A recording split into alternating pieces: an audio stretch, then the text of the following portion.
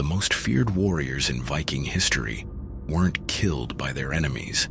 They were hunted down by their own people, not because they lost, not because they were weak, because nobody, not even the kings who created them, could control what they had become. This is the real story of the Berserkers, and it's nothing like what you've been told. Picture this. You're a soldier in 872 AD. You're standing in a shield wall waiting for battle to begin. Cold air, mud under your boots, the sound of the enemy getting closer, and then, from behind you, you hear it. Growling, low, animal. You turn around, and you see them. A group of warriors sitting in the front of the longship, not preparing weapons, not praying. They're biting the iron rims of their own shields, hard enough to draw blood. Their bodies are shaking. Their eyes are somewhere else entirely. These are the Berserkers. They wore no armor, just the thick pelts of bears and wolves draped over their skin. They were chosen from specific families, bloodlines where the rage seemed to pass from father to son like a curse. Kings used them as shock troops, sent to the front line before anyone else, not to win the battle, but to break the enemy's mind before the first sword was even drawn. It worked, every time.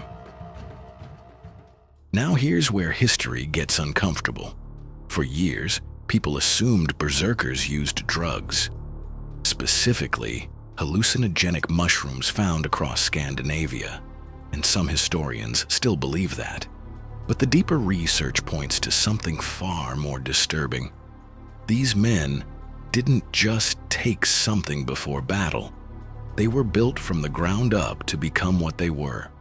Psychologists studying the ancient accounts identified what they now call Berserker blind rage syndrome, a real documented condition characterized by violent overreaction to almost any trigger, superhuman strength during episodes, and, this is the part that should unsettle you, complete amnesia afterwards.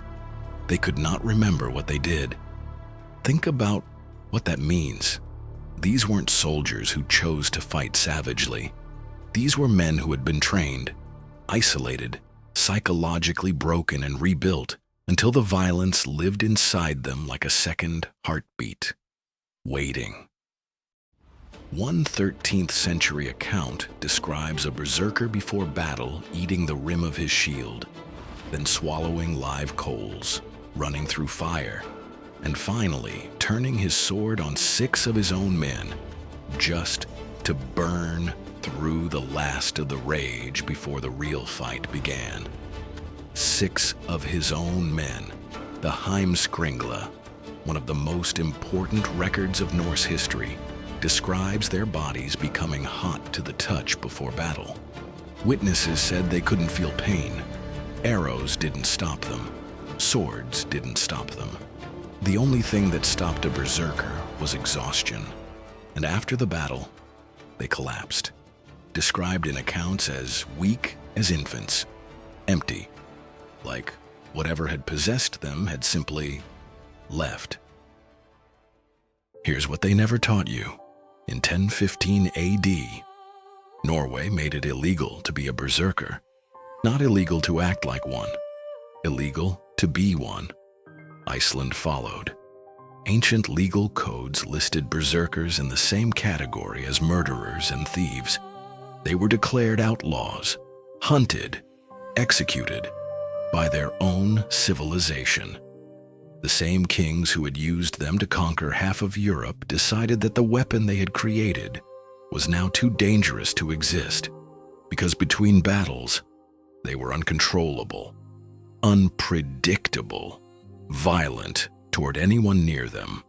Kings who once kept 12 berserkers as personal bodyguards began sleeping with guards outside their own bedroom doors.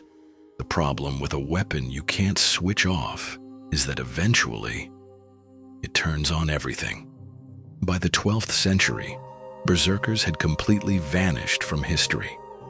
Not defeated in battle, Not killed by enemies, outlawed, erased, quietly eliminated by the same world that built them.